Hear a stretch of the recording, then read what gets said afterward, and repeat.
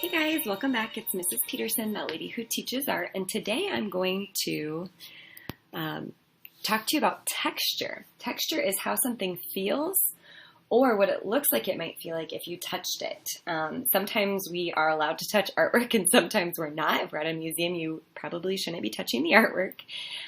But an artist can still create texture even if when we feel it or we look at it, we can see it, but we can't feel it. So like, for example, on this picture right here, if I rub my finger across it, it's smooth, but it looks like it would be like bumpy alligator skin or something like that.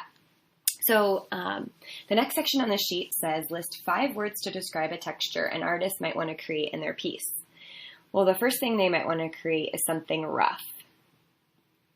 Maybe they're creating tree bark or a fallen branch or something. It would have a rough texture. The opposite of that is sometimes artists want to create things that look smooth. Maybe it's the texture of someone's hair, that it's really slicked back and smooth.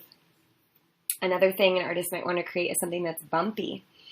If you're drawing, the skin of a toad, you don't want it to look too smooth. You definitely want it to look bumpy.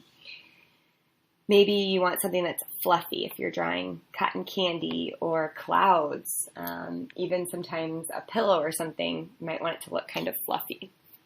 And then the last one is maybe you want something that looks kind of squishy.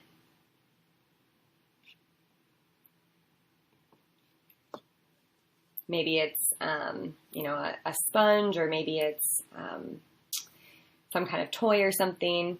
You want it to look squishy. All right, the next part is drawing some examples of textures. And for your assignment, you are going to pick one of these to draw and send me a picture of. So I'm going to show you how to draw each of them, and then it will be up to you to pick which one you want to draw and send back to me. So tree bark, I just do something like this. And then I kind of go back around what I just did. And go super dark.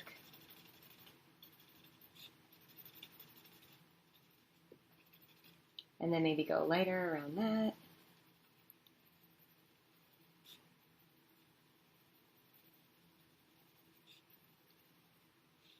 And then maybe fill in the whole box. So unless it's like a birch tree, it's usually shaded in. Then when you go to blend this, you can either choose to use your finger if you have a cotton ball or a Q-tip handy, or if you have access to a blending stick, you can certainly use one of those too.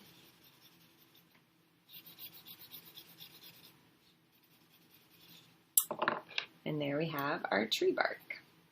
Next, we're going to do some clouds, and clouds tend to be pretty dark at the bottom. They might have some little parts that go up and around, and then they get lighter.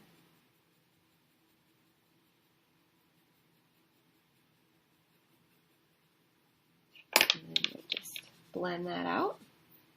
For glass, this is where you want to make it really smooth. So maybe sometimes the only thing you see on really smooth glass is like a little reflection.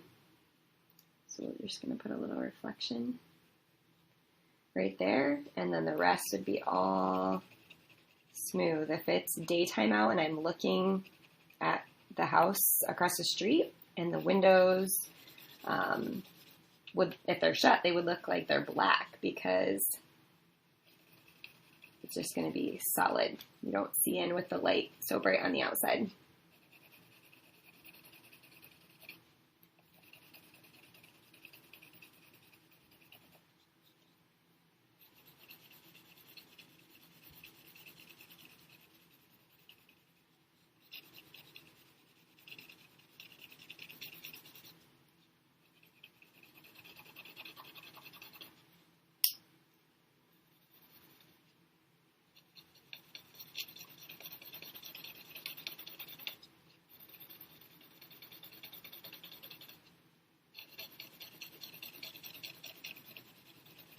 And then your last step, when you have that all filled in, except for your reflection, would just be to blend it so it really smooths it out.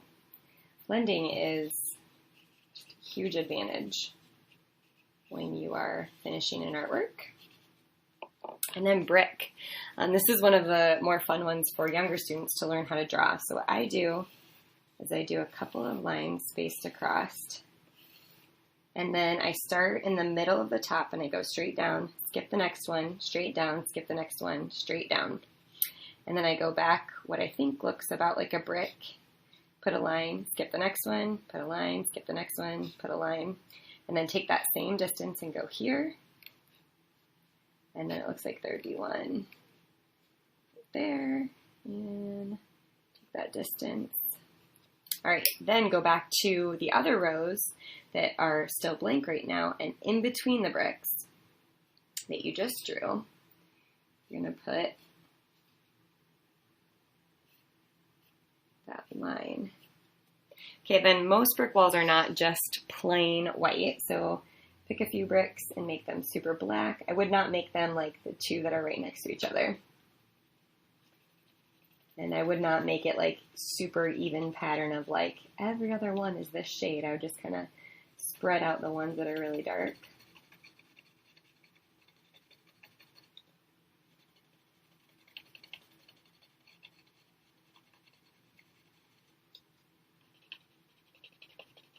And then do some gray ones, dark gray maybe.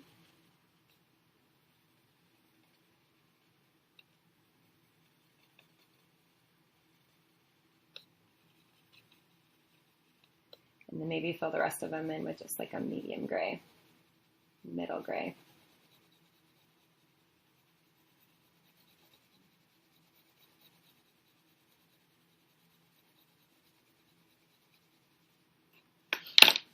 I'm just going to blend with my finger. Sometimes the blending stick almost blends away too much. Clean up the edges a little bit. Okay, animal fur. For this one, you definitely want there to be, you know, like pieces of fur. And when you go to create portraits of a person, drawing their hair as individual little pieces can really help it to look realistic, as long as you are following what you see. Because sometimes you will have like a big chunk, like let's say this part right here is just really dark. Then you want to draw what you see, not just what you think. And you could have some darker hairs coming out. Something like that. Okay, for a feather, I am going to turn my paper and I'm going to draw straight down and act like this is the vein of the feather. I'm going to get a little bit wider at the bottom. And then I'm going to start at one corner and tip down to the feather all the way. And I'm just going to fill in at that same angle all the way down. Then I'm going to go to the other side. I'm going to start at the corner and tip down. And I'm going to fill in that angle up. And then I'm going to fill in that angle back down the other side. And then I got that middle pretty messy, so I'm going to go back and clean that up just a little bit. Legos. Okay, this is a fun one. So on the top of the Lego, it has kind of like an oval.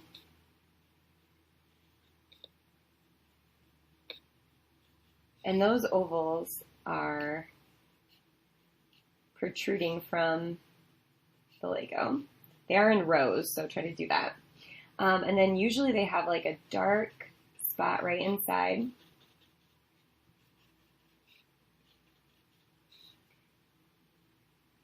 And then maybe right here on the outside.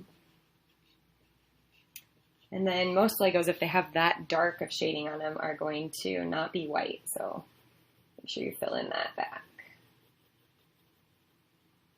And I think actually now that I'm looking at it, I would also probably want to do some kind of bottom there for that.